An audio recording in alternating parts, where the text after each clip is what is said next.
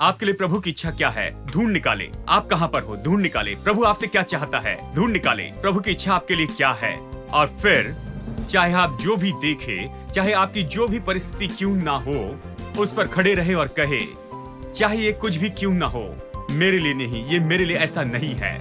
मेरी केस अलग है, क्योंकि प्रभु ने मुझसे इस तरह की प्रतिज्ञा की है।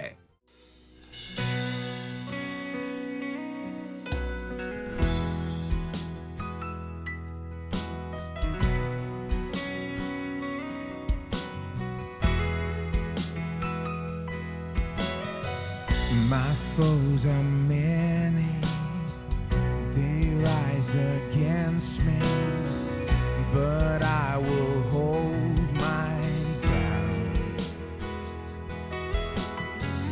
I will not fear the war, I will not fear the storm. My help is on the way, my help is on the way.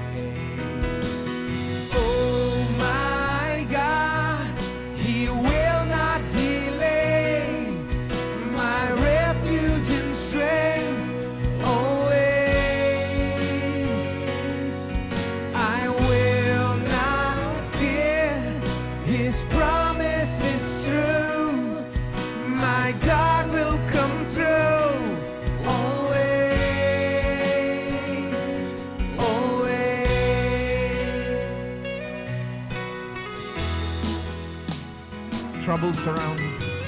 Troubles surround me. Chaos abounding. My soul will rest in you. I will not fear the war. I will not fear the storm. My help is on the way. My help is on the way.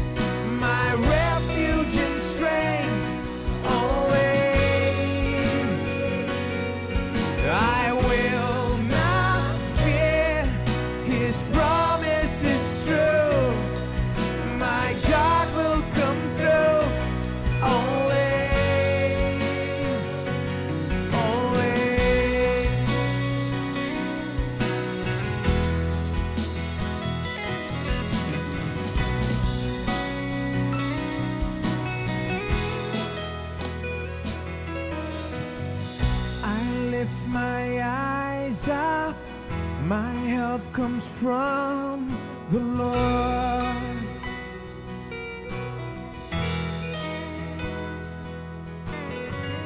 I lift my eyes up, my help comes from the Lord.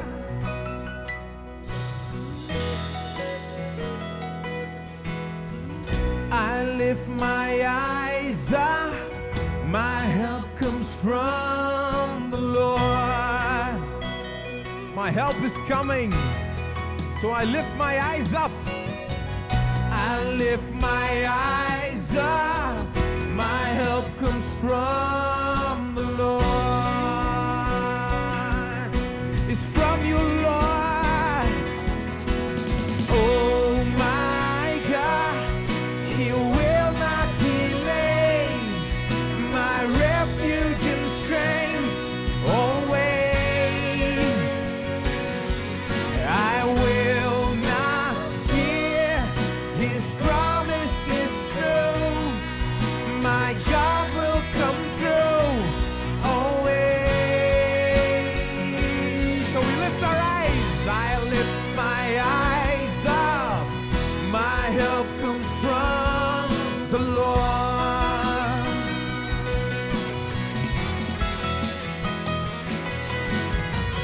I lift my eyes up, My help comes from the Lord.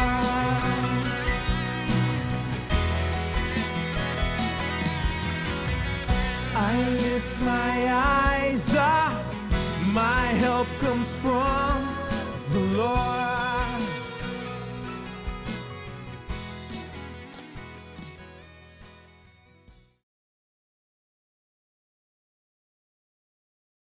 शब्द ऐसे जिसे आसानी से वापस नहीं ले सकते हैं। लोग कहते हैं अपने शब्द वापस लेता हूं, नहीं ले सकते हैं।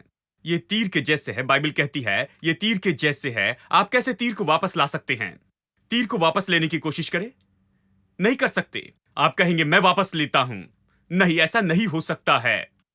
देखिए, और इसीलिए जो बाइबल को जानता है, शब्दों के बारे में सावधान होता है, वो अपने शब्द वापस नहीं लेता, जानता है वो नहीं कर सकता है, और इसलिए वह ऐसे अपने शब्दों को नहीं खोल सकता है। उसके मन में जो आता है उसे नहीं खोलता है। वो वहां रुकता है और सोचता है, मूल्यांकन करता और देखता है कि ये किस तरह के परिणाम लेकर आएगा।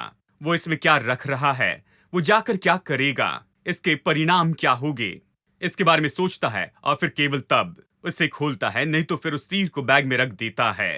हेलो। अध्याय 16 वचन 21।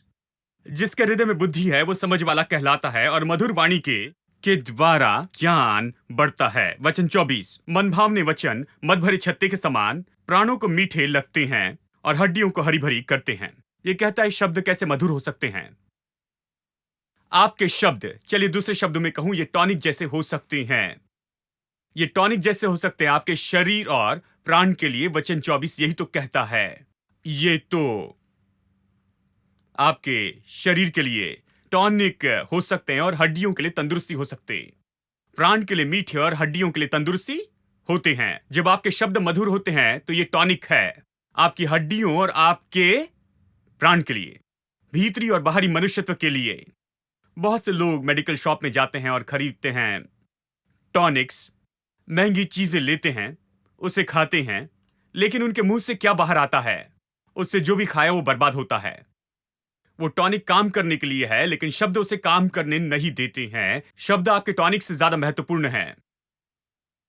शब्द, जो शब्द आप कहते हैं ये तो ज्यादा महत्वपूर्ण है उस टॉनिक से भी ज्यादा, क्योंकि शब्द तो ज्यादा सामर्थी हैं। ये बहुत ही मजबूत आत्मिक सिद्धांत है और इसके बारे में अच्छे से लिखा है कि शब्द चमत्कार करते हैं। जानते हैं, लोगों ने डॉक्यूमेंटेड किया है। वो कहते हैं, किसी ने कुछ समय पहले लिखा था और मैंने इसे भी पढ़ा, यहां तक कि जो बीमार लोग हैं, जो बेड पर है, गंभीर दशा में हैं, बस वो हिम्मत नहीं हारते, इसलिए उनमें हिम्मत न हारने वाली आत्मा होती है। वो डॉक्टर से कहते हैं आपको जो करना है, चाहे इसके जो भी साइड इफेक्ट हो, कोई बात नहीं, आप इसे कीजिए, मैं मरने को तैयार नहीं, मुझे मरना नहीं है, मैं घर वापस जाऊंगा। देखिए, ऐसे लोग, वो तो डॉक्टर में इतनी दिलचस्पी लेकर आते हैं कि डॉक्टर उनकी ओर ज्यादा ध्यान देने लगते हैं। उनका उपचार करते हैं, उपचार करते हुए खुशी होती है, उन्हें अच्छे होते देखना चाहते हैं, और ऐसे कहते हैं कि आधी रात को वहां पर उस मरीज को देखने के लिए आते हैं, ऐसे मरीज को देखने के लिए कि वो किस तरह से हैं, क्योंकि वो इस व्यक्ति में दिलचस्पी लेते हैं, क्योंकि ये व्यक्ति जीने में दिलचस्पी लेता है, जीना चाहता है, हिम्मत नहीं हारता है। जानते हैं, यह अद्भुत है। संसार में लोगों ने जाना है कि शब्दों में बहुत सामर्थ्य है, विश्वास में, भरोसे में इतनी सामर्थ्य है। जानते हैं कि सबसे बुरी दशा के लोग भी विश्वास करते शब्द कह सकते हैं जो उन पे ऐसा प्रभाव डालता है, और जो उनका उपचार कर रहा है उस पर भी ये जो इंटरेक्शन है इतनी प्रभावी होती है कि ये अच्छे परिणाम लेकर आती हैं। हाँ, ये चीज तो लिखी गई है और हर जगह लोग इसे पढ़ते हैं, लोग इस पर विश्वास करते हैं, लेकिन चर्च में इस पर ज्यादा प्रचार करना पड़ता है कि लोगों को समझने में मदद हो। जानते हैं, ये सब बाइबल में है, बाइबल हमें ये बताती है। अब देखिए नीति वचन 17, नीति वचन 17, 27 और 28। जो संभल कर बोलता है वो ज्ञानी ठहरता है, और जिसकी आत्मा शांत रहती है वो समझ वाला पुरुष ठहरता है। मूढ़ भी जब चुप रहता है तब बुद्धिमान गिना जाता है, और जो अपना मुंह बंद रखता है वो समझ वाला गिना जाता है। नीति वचन की किताब देखिए, शब्दों के बारे में कहती है जो लोग अपने शब्दों का बिना नाप से अपने होठों का उपयोग करते हैं, ये उन्हें मूर्ख कहती है। मूर्ख क्या है? जो व्यक्ति अपने मुंह पर नियंत्रण नहीं रखता है वो मूर्ख है नीति वचन के अनुसार। याक याक याक याक याक, जानते हैं, ऐसा आदमी जो हमेशा बातें करते रहता है वो मूर्ख है, ये कहती है। बुद्धिमान कौन है? नीति वचन की किताब कहती है जो अपना मुंह बंद रखता है, चुप रहता है और गिन चुनकर ही उसे खोलता है। जानते हैं, सावधानी से उपयोग करता वो बुद्धिमान है। चलिए वचन 27 के लिए एक और ट्रांसलेशन पढ़ते हैं। अनुभव कुछ शब्दों का उपयोग करता है, पहचान दिमाग शांत रखती है। अच्छा अनुवाद है ये। वचन 28, यहां तक कि मूर्ख भी जब चुप रहता है तो उसे ज्ञानी माना जाता है। अपने मुंह को बंद रखे और अपनी समझ को दिखाएं। यह अच्छे से समझने में हमारी मदद करता है। एक और अनुवाद, समझदार व्यक्ति अपने शब्दों को बहुत कम उपयोग करता है और समझदार शांत रहता है। यदि मूर्ख कुछ भी नहीं कहता है तो उसे ज्ञानी माना जाता है। यदि वो मुंह बंद रखे तो उसे बहुत ही ज्ञानी माना जाता है। अद्भुत है। अगर आप अपने शब्दों की सामर्थ पर विश्वास करते हैं तो तुरंत ही आप चुनने वाले होते हैं। तुरंत ही आप जो कहते हैं उस पर आप सीमा लगाते हैं और तुरंत ही आप सोचते हैं कि आप क्या कहेंगे और वो इसके ऊपर में क्या प्रभाव डालता है। तुरंत ही अपने शब्दों के बारे में आप सावधान होते हैं क्योंकि आप अपनी शब्दों की सामर्थ को जान गए हैं। जब आप देखते हैं कि एक व्यक्ति ज्यादा बात नहीं करता है, जब बात करता है तो उद्देश्य के साथ करता है, तो आपको ऐसा व्यक्ति मिल गया है जो अपने शब्दों की सामर्थ को जानता है और वो व्यक्ति तो सफल होता है जो भी वो करता है उसमें। आमीन। अध्याय 18 वचन 2, मूर्ख का मन समझ की बातों में नहीं लगता, वह केवल अपने मन की बात प्रकट करना चाहता है। अब यहां हिंदी अनुवाद तो बहुत ही उलझा हुआ सा है, समझना थोड़ा मुश्किल होता है। चलिए एक और अनुवाद देखते हैं। मूर्ख समझ की बातों से प्रसन्न नहीं होता है लेकिन केवल अपनी मन की बातों को प्रकट करता है। बाइबल मूर्ख किसे कहती है? ऐसा व्यक्ति जो सुनना नहीं चाहता कि समझ पाए, वो समझ पाना नहीं चाहता है, परिस्थिति को समझना नहीं चाहता है, लेकिन वो हमेशा बोलना चाहता है, हमेशा अपने दृष्टिकोण को बताते रहना चाहता है। अपने दृष्टिकोण को बड़ी खुशी से वो बताता है। हर दिन आप देखते हैं जब कोई कहता है कोई सुनता भी नहीं। जब आप बातें कर रहे हैं वो बोलने के लिए तैयार होते हैं, बुलेट लोड करते जाते हैं। वो आपकी सुनने के लिए बिल्कुल तैयार नहीं है। वो बोलना चाहते, जिस पल आप रुकते हैं वो शुरू कर देते हैं क्योंकि वो अच्छे सुनने वाले नहीं है, केवल बोलने वाले हैं। लिविंग बाइबल इसकी तरह से कहती है, इसी वचन का दूसरा अनुवाद, बलवा करने वाला सच्चाई को नहीं देखता है, वो बस चिल्लाना ही चाहता है। मुझे अनुवाद पसंद है। वो सच्चाई को सुनना नहीं चाहता, देखना नहीं चाहता कि क्या हुआ, परिस्थिति क्या है, किसने क्या किया है, क्या सही है क्या गलत है, क्या हुआ है। वो सच्चाई को जानना नहीं चाहता है। सच्चाई को जानने के लिए दूसरों की बात सुननी पड़ती है। बस वो यही करना चाहता है, चिल्लाए, चीखें, बस यही।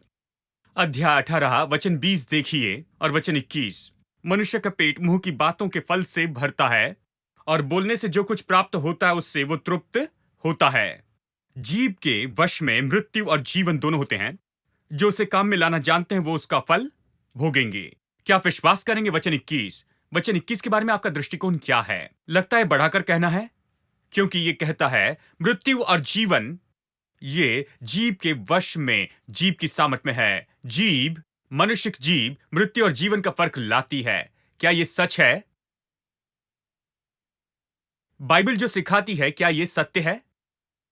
क्या मनुष्य के शब्द जो सामान्य मनुष्य से आते इतने सामर्थी हो सकते हैं कि वो जीवन और मृत्यु का फर्क लेकर आ सकते हैं? आशीष और श्राप, भलाई और असफलता, क्या इतना बड़ा फर्क ला सकते हैं? बहुत से लोग ये सोचते हैं कि हमारे शब्दों का कोई अर्थ नहीं, लेकिन बाइबल तो इसका उल्टा ही कहती है कि ये इतने महत्वपूर्ण है कि ये फर्क लेकर आते हैं जीवन और मृत्यु का। शब्दों से इतना बड़ा फर्क हो सकता है। चलिए एक और अनुवाद पढ़ता हूं। यह कहता है मृत्यु और जीवन जीव के द्वारा निश्चित होते हैं। क्या सोचते हैं? जीव से निश्चित होते हैं और बोलने वाला इसके परिणामों को जरूर ले। एक और अनुवाद यह आपको सहमत करेगा। जो बात करना पसंद करते हैं वो उसके परिणामों का दुख उठाएंगे और मनुष्य तो गलत बात कहने के कारण मरे हैं। मैं आपको बताऊं, इससे ज्यादा की बीमारी लोगों को मारे, इससे ज्यादा की विपत्ति और विनाश लोगों को मारे, मैं सोचता हूं ज्यादा लोग मर रहे हैं। अपने शब्दों के कारण अब तक आई सबसे बड़ी परेशानी से भी बढ़कर, मैं सोचता हूं विपत्ति से बढ़कर तो लोग अपने शब्दों के कारण ही मरे हैं। बाइबल कहती है मनुष्य तो गलत बात कहने के कारण ही मरे हैं। मनुष्य गलत बात कहने के कारण मरे हैं।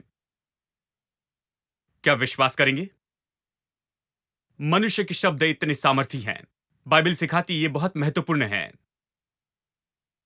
आपकी समस्या में, आपकी परिस्थिति में आपके शब्द महत्वपूर्ण हैं, क्योंकि ये ऐसे शब्द जिसके द्वारा विश्वास खोलते हैं। चलिए आगे चलते हैं। अय्यूब 22 और वचन 28। जो बात तू ठाने वो तुझसे बन भी पड़ेगी, वो तुझसे बन भी पड़ेगी, और तेरे मार्गों पर प्रकाश प्रकाश रहेगा।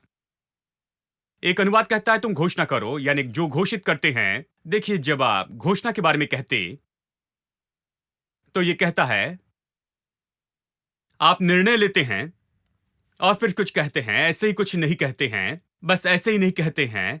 घोषणा तो निर्णय लेने के बाद में ही आती है। फिर आप वाक्य कहते हैं, यह घोषणा है। जब आप घोषणा करते हैं, इसका मतलब है कि आप चुनाव की प्रक्रिया में से होकर गए कि आप क्या कहेंगे। आपने कुछ चुना है, आप कहते हैं मैं इस पर विश्वास करता हूं, इस पर खड़ी रहूंगा, बाकी सारी चीजों का इनकार करता हूं, केवल इसे ही चुनता हूं। तुमने इसका चुनाव किया और इसकी घोषणा की है, और वही बात, वही चीज आपके लिए स्थापित की जाएगी। वही आपके जीवन में होगा जो भी आपने कहा है, और वही आप पाएंगे जैसे यीशु ने कहा। यहां पर देखिए, अलग शब्दों में इसके बारे में बताया गया है। आपने कहा है और ऐसे ही होगा। आपने घोषित किया है और यह आपके लिए स्थापित हो जाएगा, आपके लिए स्थापित होगा। और फिर यहां पर देखिए वचन 29। चाहे दुर्भाग्य हो तो भी तू ये कहेगा, उठाया जाना होगा, क्योंकि वह नम्र मनुष्य को बचाता है। दूसरे शब्दों में कहता है, जब मनुष्य गिरते हैं तुम आकर कहोगे उठाया जाना होगा। तुम आकर ये कहोगे, चिंता ना करो, तुम नीचे हो, ऊपर आने का मार्ग है। चिंता ना करो, तुम उठाए जाओगे। चिंता ना करो, तुम ऊपर आओगे। जब तुम ये कहोगे तो वो उस परिस्थिति से बचाए जाएंगे, उनकी मदद होगी। यही कहता है। एक और अनुवाद इस तरह से कहता है, जब तुम नीचे होते हो तो तुम भरोसे के साथ में कहोगे, ये तो और भी उत्तम है। जब मनुष्य नीचे गिर जाएंगे तो तुम कहोगे, चिंता न करो, उठो, प्रभु मदद करेगा, प्रभु सहायक है, प्रभु तुम्हारी मदद करेगा। पैरों पर खड़े हो जाए, तुम उठ जाओ, आशा रखो, और फिर उस व्यक्ति के लिए उद्धार आता है। उसी तरह से जब आप नीचे गिर जाते हैं, आप भरोसे के साथ में कहने लगते हैं। परेशानी के समय शब्दों का मायना होता है। जब आप मुश्किल और समस्याओं में से होकर जाते हैं, नीचे होते हैं, बिल्कुल खत्म होने पर हैं, जब जीवन में सब कुछ अच्छा नहीं हो रहा है, जब आप परेशानी और मुश्किलों का सामना करते हैं, मेरे दोस्तों, संसार में सबसे महत्वपूर्ण बात तो अब आपके शब्द हैं। प्रभु ने इसकी घोषणा कर दी है। प्रभु को जो कुछ भी कहना था उसने कह दिया है। आप जाकर देखें कि प्रभु ने क्या कहा है, और आप खुद इसे अपने लिए ले ले और आप इसे कहने लगे। यही तो भजनकार कहता है। उसने कहा, जो परम प्रधान के गुप्त स्थान में वास करता है, वो सर्वशक्ति मान की छाया में ठिकाना पाएगा। और मैं परमेश्वर के बारे में कहूंगा, वो मेरा शरण स्थान और मेरा गढ़ है, मेरा गढ़ है और मेरी मजबूत चट्टान है। मैं ये कहूंगा, मैं प्रभु के बारे में कहूंगा। मुझे क्यों कहना है? यदि वो दृढ़ गढ़ है, यदि वो चट्टान है, वो प्रभु है, तो मुझे क्यों कहना है? मैं इसलिए कहूंगा क्योंकि जब मैं कहूंगा, मतलब मैंने इस पर विश्वास किया, मैंने इसके लिए दावा किया है और मैं इसे लेता हूं। प्रभु ने बहुत कुछ कहा है, लेकिन लेने वाले कोई नहीं है। फिर वो कहता है कि मेरे निकट 1000 गिरेंगे और मेरे दाहिनी ओर 10,000, लेकिन वो मेरे निकट नहीं आएंगे। उसका विश्वास देखिए। उसने घोषणा की है, वो कुछ कहता है, ये इसी तरह होगा। वो कुछ लोगों के जैसे नहीं कहता, कौन जाने कल क्या होगा, कुछ भी हो सकता है। यह अच्छा सुनाई देता हो। यदि आप यही कहते हैं तो आपको बस यही मिलेगा। देखिए, लेकिन वो बाइबल में से होकर गया, प्रभु वचन में से वो होकर गया है, प्रभु की प्रतिज्ञाओं में से होकर गया, प्रभु ने जो कहा उसमें से होकर गया है। और वो कहता है, हां, मैं इसलिए नहीं जन्मा हूं कि बस मर जाऊं और खत्म हो जाऊं। मैं इसलिए नहीं जन्मा हूं कि बस ऐसे मारा जाऊं, बेकार में ऐसे ही मारा जाऊं इस तरह से। मैं इसलिए नहीं जन्मा कि जीवन बर्बाद करूं। मैं एक उद्देश्य के लिए जन्मा हूं। प्रभु ने मुझे उद्देश्य के लिए बुलाया है। प्रभु ने मुझे उद्देश्य के साथ बुलाया है। इसलिए चाहे मेरे निकट 1000 गिर जाएं और मेरे दाहिनी ओर 10,000 गिर जाएं, लेकिन वो मेरे निकट नहीं आएगी। उसने विश्वास किया, इसकी घोषणा की, इसके बारे में जोर से कहा। हां, क्या आप ये विश्वास करते हैं? क्या आप निर्णय लेते हैं? पहले इसे अपने दिल में स्थापित करें और फिर इसकी घोषणा करें। देखिए, यह आप घोषित करते हैं। कुछ लोग कहते हैं पता नहीं, कौन जाने, प्रभु ही जाने। कुछ भी हो सकता है, हम नहीं बता सकते कि क्या होगा। लोग इस तरह से कहते हैं, लेकिन बाइबल कहती है कि बेवकूफ न बने, बुद्धिमान बने। अपने जीवन के लिए प्रभु की इच्छा को जान ले। बुद्धिमान बने, जाने कि प्रभु आपके लिए क्या चाहता है। आपके लिए प्रभु की इच्छा क्या है, ढूंढ निकाले। आप कहां पर हो, ढूंढ निकाले। प्रभु आपसे क्या चाहता है, ढूंढ निकाले। प्रभु की इच्छा आपके लिए क्या है, और फिर चाहे आप जो भी देखे, चाहे आपकी जो भी परिस्थिति क्यों ना हो, उस पर खड़े रहे और कहे, चाहे ये कुछ भी क्यों ना हो, मेरे लिए नहीं, ये मेरे लिए ऐसा नहीं है। मेरी केस अलग है, क्योंकि प्रभु ने मुझसे इस तरह की प्रतिज्ञा की है। आमेन। देखिए, आपके शब्द महत्वपूर्ण हैं। आपके शब्दों का यहां पर अर्थ होता है। आपकी परेशानी के समय सबसे महत्वपूर्ण बात यह है, परेशानी के समय तो आपके शब्द ही हैं। और मैं आपसे कहूं, पूरे जीवन में सबसे महत्वपूर्ण बात है, आपके पूरे जीवन में आपके शब्द हैं। आपके शब्दों से बढ़कर और कोई महत्वपूर्ण नहीं। ये इसलिए है, आपके शब्दों से आप अपना विश्वास खोलते हैं। आप पहाड़ों को हटाते हैं, विजय लेते हैं। आमेन। आइए हम सब खड़े हो जाएं।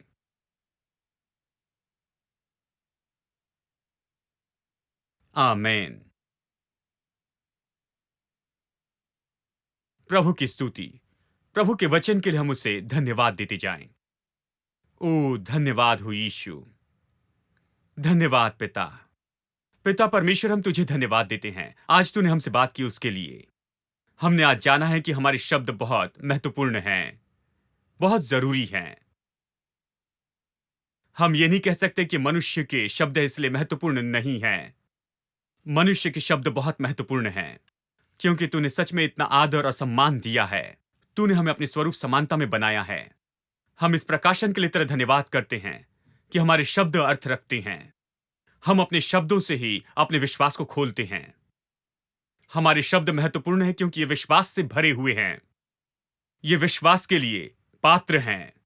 ये विश्वास को खोलते हैं, विश्वास की सामर्थ खोलते हैं। हमारे शब्द पहाड़ों को हटाने वाला विश्वास खोलते हैं। मैं प्रार्थना करता हूं आज लोग इस बात को जान ले कि इनके घर में, इनके दफ्तर या काम की जगह पर, अपनी परिस्थिति में, अपनी समस्याओं के समय लोग निश्चय ही खोले अपने शब्दों को। वो शब्द जो विश्वास करते हैं, जो ये विश्वास करते हैं, केवल वही कहे। ये विश्वास से इसे कहे, और ये जो भी कहते हैं ये पूरा हो जाए। और ऐसा ही हो, तेरा वचन कहता है प्रभु। हम जानते हैं कि ये जरूर पूरा होगा। धन्यवाद पिता। प्रार्थना करता हूं कि हर एक व्यक्ति अपने जीवन में शब्दों के द्वारा राज्य करने वाला हो जाए। इस नए जीवन के लिए धन्यवाद पिता। तूने महान आदर दिया है, इसलिए तेरा धन्यवाद हो। तेरा धन्यवाद कि तूने हमें चुना है कि शब्दों के द्वारा हम राज्य और अधिकार करते जाएं। हर एक व्यक्ति विजय, शांति, आनंद और खुशी का अनुभव करने पाए अपने घर में, और जो कुछ भी वो करने के लिए हाथ बढ़ाते हैं, ये अपने जीवन के हर एक क्षेत्र में सफलता का अनुभव करने पाए। यीशु के नाम में प्रार्थना करते हैं, आमीन। Your grace is all sufficient, it's an all sufficient grace. Your power and your glory are forever on display. And your loving kindness is better than life. Oh, it's better. Oh, better than life. Oh, so much better. Jesus, your loving kindness is better than life. Fairest of 10,000. Fairest of 10,000, you are fair. And nothing in this world could ever measure or compare. to your loving kindness. Your loving kindness is better than life. All your ways are just, oh Lord, you're just in all your ways. And I will lift my hands, oh Lord, with gratitude and praise for your loving kindness. Loving kindness better than life. Oh, it's better. Oh, it's better than life. Oh, so much better. Jesus, your loving kindness. Oh, it's better. Oh, better than life. Oh, so much better. Jesus, your loving kindness is better than life. Just think about his loving kindness to us.